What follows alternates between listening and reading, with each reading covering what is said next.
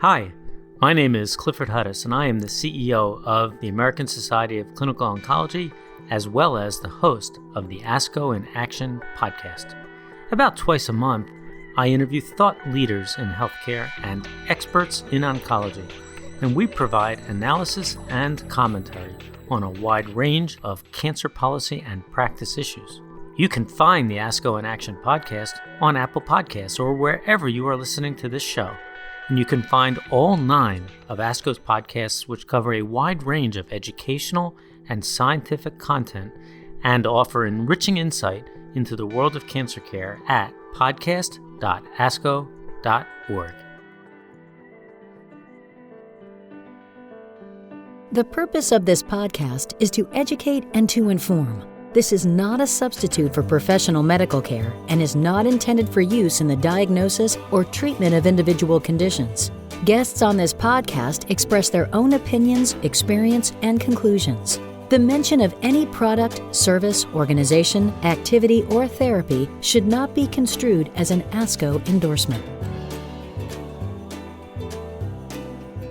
Hello and welcome to the ASCO Guidelines podcast series, brought to you by the ASCO Podcast Network, a collection of 9 programs covering a range of educational and scientific content and offering enriching insight into the world of cancer care. You can find all of the shows, including this one, at podcast.asco.org. My name is Shannon McKernan, and today I'm interviewing Dr. Melissa Dillman from the Harvard Clinic, lead author on Patient-Centered Standards for Medically Integrated Dispensing, ASCO and CODA standards. Thank you for being here today, Dr. Dillman. Thank you for having me.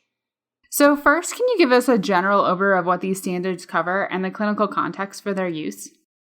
So the ASCO NCODA guidelines really set standards based on a review of the existing literature for key features in a medically integrated dispensing program that will help increase adherence, protect patients, and decrease waste and errors in prescribing patterns that are currently going on in the United States. NCODA is an organization that already had put some guidelines in place, and ASCO felt that they would be a good partner in developing standards for all of our oncology colleagues. And so what are the key statements of these standards? So the key statements of these standards are really divided into 2 domains. The first really centered on patient quality standards.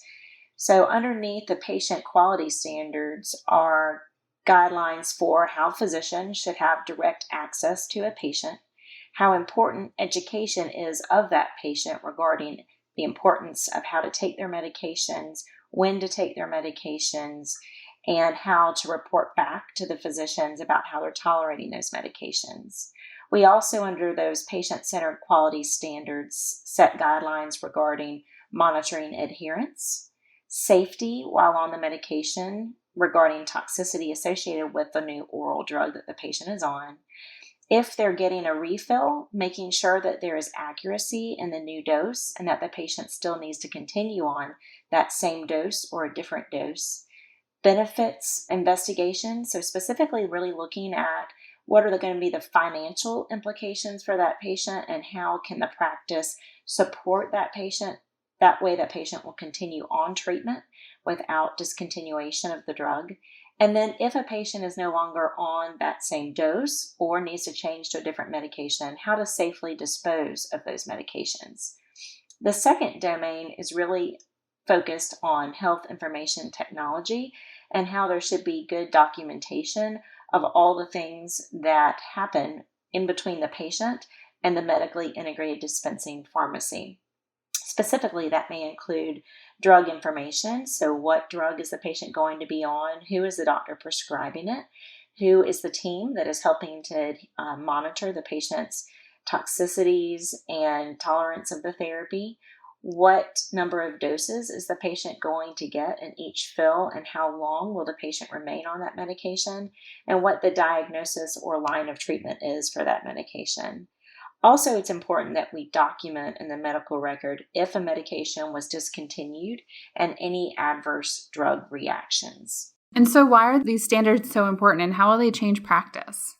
We feel that these standards are important because in the United States, more and more of the drugs in the pipeline and that are being rolled out into practice are oral medications.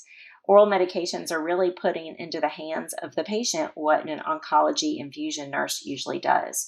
So we think education is incredibly important. These medications are often very expensive, and so it's important that we don't waste money in the system. It's important that we get these medications to patients in a timely manner. So all of these things are reasons we feel that these standards will help guide practices to become more efficient. And if a pharmacy is already doing these things, it's important to recognize that pharmacy for the excellent work that they are doing and convey that information to the insurer that this pharmacy is doing more than just filling a medication. They're really doing medically integrated dispensing. And so finally, how will these standards affect patients? So we feel that these standards will improve patient care by improving adherence, decreasing toxicity, and if a patient is adherent and tolerating a medication well, they may be able to continue on that medication for longer and therefore be survivors. They'll live longer on that medication if they're able to acquire it, afford it, take it in a safe manner, and integrate their toxicity measures with their physician and physician teams so that there's awareness of how that patient can continue on treatment. Great. Thank you for your overview of these standards, and thank you for your time today, Dr. Dillman. You're welcome. And thank you to all of our listeners for tuning into the ASCO Guidelines podcast series. To read the full standards, go to www.asco.org/mid-standards. And if you've enjoyed what you've heard today, please rate and review the podcast and be sure to subscribe so you never miss an episode.